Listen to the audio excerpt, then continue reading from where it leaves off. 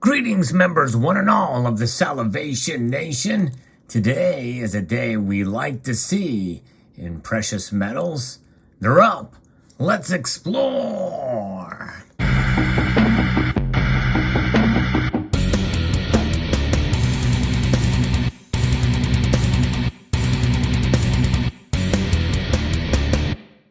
And they are up because they are preying on the weakness of the dollar. And it's about time.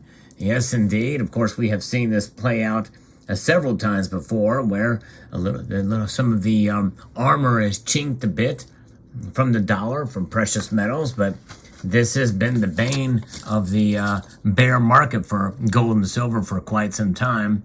The dollar, and it's now in a state where it's losing a little bit of the faith of investors.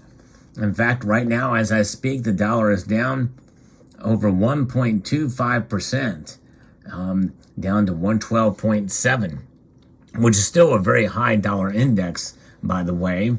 And with all things considered, it's kind of surprising that it hasn't had a greater effect on gold and silver's price. Because with all things considered, there's been times when we've seen the dollar index much lower than that, and we've seen gold and silver much lower. So the fact that they are high and not being battered tremendously should tell us something, at least, considering where we're at today. And I think part of the reason is because people see what's coming in the economy. Gold and silver are now reflecting, I think, at least today. Now, tomorrow is a different day. We can see a completely different turnaround. And I've said that before. I can't tell you how many times I do these market updates on and I always say that tomorrow is a new day. It could be a different story tomorrow. We could see sentiment change. That's why psychology plays such a huge role in the marketplace in terms of gold and silver prices, and in terms of the dollar, and in terms of the stock market. And so notwithstanding, so we have to count these days for what they are. What has happened today and the market's reaction to the dollar and other factors that are playing a role, especially when we see geopolitical tensions rising because of the Nord Stream pipelines now being, there were some explosions there, and there's a lot of finger pointing going on. Was it a job does it have CIA fingerprints on it? Is it something that Ukraine did, or was it something that Russia did? We really don't know at this point, and there are some tensions around that.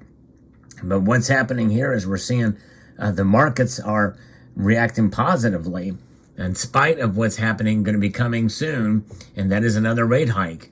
But instead of that, the markets are up. The Dow Jones Industrial Average is now up over 1.85%. It's up over 500 points. The NASDAQ up over 200 points. The S&P 500 up over 71 points. And so there's a lot of sentiment here where people want things to do well. They want things to go well. That's the bottom line here. And I think that sentiment is kind of playing itself out in the role of where these precious metals are moving. Very interesting indeed. In fact, I'm referencing an article here from Reuters talking about how gold has risen more than 1% on Wednesday as a slight retreat in the dollar rekindled some of its safe haven appeal, although prospects of sharp rate hikes kept the non-yielding metal near a 2.5-year trough. And we see where that is. A pullback in the dollar and yields have seen gold move off of these lows. But again, tomorrow's a new day. We don't know what's going to happen. The factors in regards to Russia and the discussion of annexation, as well as this pipeline deal, I think are having an effect here, and also leading, because I think gold's rise and silver's rise especially is quite intriguing to see here. And we can see now, especially with silver, this metal here, it's been moving along with some of the other commodities, because it is seen as that commodity that we're not used to, at least hadn't been used to in the past, which is why the gold to silver ratio has been so high. But right now, with the metal up almost 3%, Yes, right now as I record this video, silver's finally back to $19 an ounce. Just barely, but it's there in the ask price. Gold to silver ratio is at 87.81, still very, very high, but it's closing the gap somewhat from what we've seen the last couple of days. And gold is up over 1.8%. Drastic moves up compared to a slight downward move for the dollar. And so geopolitics is going to be one of those things that is going to be the exception to the rule as far as how gold performs compared to the dollar index and the like. But so far, we can see, again, all these other markets are up, and that's having an effect. And now this being the kind of the beginning of something, or is it just a one-off for gold and silver prices? What we do know, for those of us who do accumulate these metals to preserve our wealth, to act as an inflation hedge, but the most important thing is they act as a savings vehicle and insurance policy against the worst case scenario. I think in the end, that's how we should look at gold and silver, because right now they aren't really the best inflation hedge so far during this inflationary environment. And the key word here is being, or the key words are here being so far. We have a lot of time to digest and for the markets to absorb these high inflation. I think a lot is going to depend on what the Fed does and the reaction of inflation to it. In other words, I think the markets are giving the Fed a chance and investors out there, and I think that's really the bottom line as to where gold and silver go. I think there's plenty of astute investors out there that understand gold is there as a safe haven, but they're not ready to really go into it yet. In other words, the fear index has not played a big role. For those of us in this community, we don't operate out of fear. We accumulate these metals in spite of market conditions, in spite of economic prosperity or otherwise. In fact, the best time to buy is when it's low.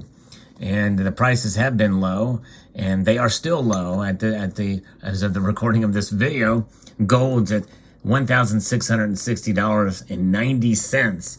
Think about that for a moment, folks, because the last month or so, we were like, wow, I would love to see gold go below $1,700.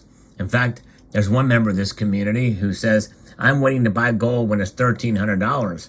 It never got there, and now he's changed his calculus to $1,600 as the level to look at for gold. So we are starting, I think that is a sign, an indication that we are starting to see a bottom. People have been saying, I'm not buying any silver until it drops under $15 an ounce. Well, I think we're going to find here that silver has been able to stay above $18 an ounce for enough time that we may be starting to see some resistance there for silver. So the bottom line here is to be encouraged, but don't be over celebratory either with these prices, because it can change tomorrow. Gold and silver are preying on the weakness of the dollar, and they are preying on it fast, because the dollar's value could drop significantly more. And if it does, I think we're going to see gold and silver pop out even greater. But again, a lot of it also depends on geopolitical uncertainty. If there's geopolitical uncertainty, that is going to weigh heavily on gold and silver prices. Now, what else is happening today that could have an effect on gold and silver prices? It could be Mother Nature.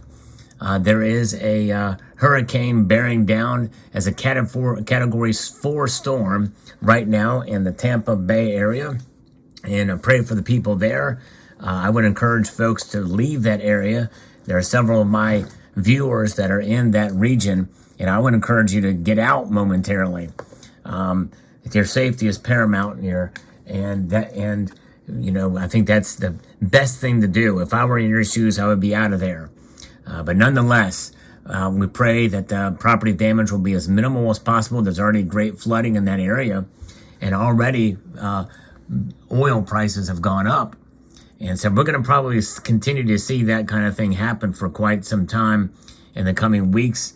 And we'll see gas prices start to reflect as well. Higher gas prices because of this hurricane, and heading in for probably for the next month. And so we'll see what happens, especially if there's any refinery or infrastructure that is damaged because of this. And we'll find out. And I think that is going to also weigh in on gold and silver prices. Anytime you see supply disruptions, and there's uncertainty, well, it tends to reflect itself in uncertainty in the marketplace, and therefore gold and silver kind of react to that. So that could be coupling part of why some of the situation is occurring here. Weakness in that region, in that area, geopolitical weakness, geopolitical uncertainty, but the dollar's weakness. I think that is key here. And the message that I want to send out to you is that you never know how soon and how quick things can turn around. And so what can keep gold and silver down with this dollar can certainly move in the opposite direction very, very quickly. And we're seeing that at least today. So you never know what tomorrow brings, but we will stay tuned. We will be diligent. And again, I encourage you to hold on to your gold and silver and be encouraged that you're doing the right thing by stacking these metals. So I hope you found this video insightful. I'd like to extend a multitude of gratitude to you all for taking the time to watch and encourage you to please rate, share, comment, and subscribe.